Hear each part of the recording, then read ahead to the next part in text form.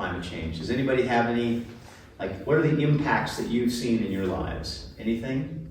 Do you have any sense, like, what's climate change mean to you? Like extreme heat sometimes. Extreme heat, Yes. yeah. And extreme cold. And cold, right. So the extremes, so things are like normal.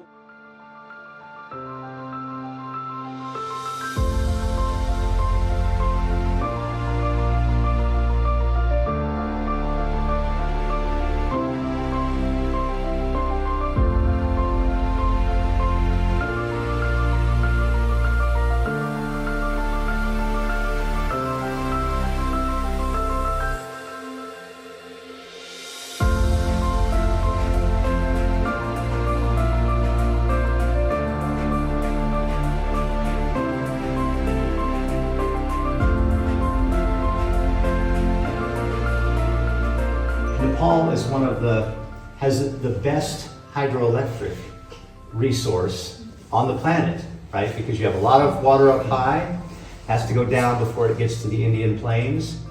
So tapping that instead of using imported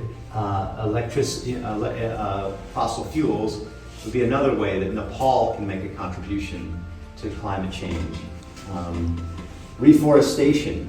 So going to places in Nepal where farmers have gone way up the hillside and cut down the trees to make agriculture, and figuring out ways of financing and funding them to restore the natural forest and then care for it over time. So really, climate change is mostly a question about money. Like, how do we push the money towards the things that will reduce the amount of carbon dioxide?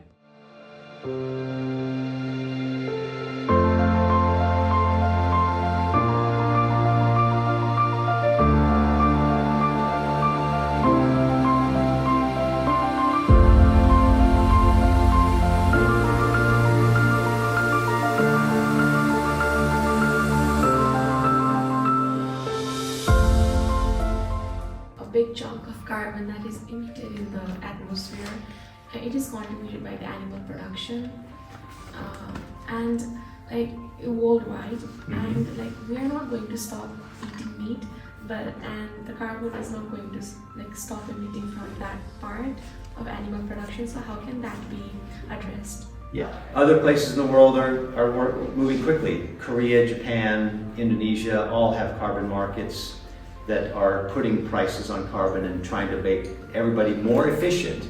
So we're not going to get off fossil fuels tomorrow, right?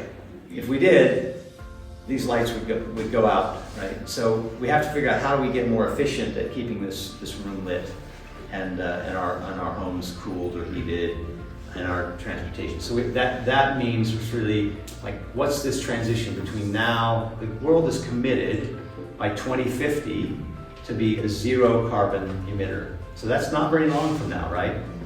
You all are probably about 20, 22, 23, 18 to 23, somewhere in that's your age. When you double your life, theoretically the world in 2050 should be carbon neutral. And if it's not, we're gonna be in trouble, right? So we have to figure out, we have that 23 years, 24 years, 25 years between now and 2050 to make these kind of changes.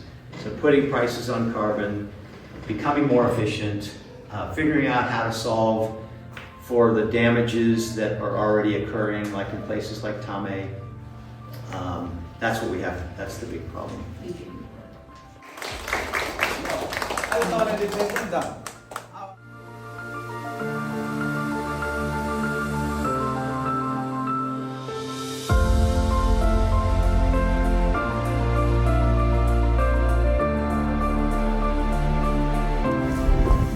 So we're at 17,000 feet in the Himalayas, and you can see all around us the effects of climate change. This glacier, 30, 40 years ago, was white and ran 10 kilometers up into the mountains, connected to these glaciers that are hanging off of the Chokwa. Now you see the melting and the potential danger at the end of the glacier, the moraine, where if the water builds up, and floods will wipe out villages below. What's also important is the fact that this is the world's water tower. A third of the world's population relies on water from these glaciers and the glaciers that run along the Himalayas and throughout Tibet into China.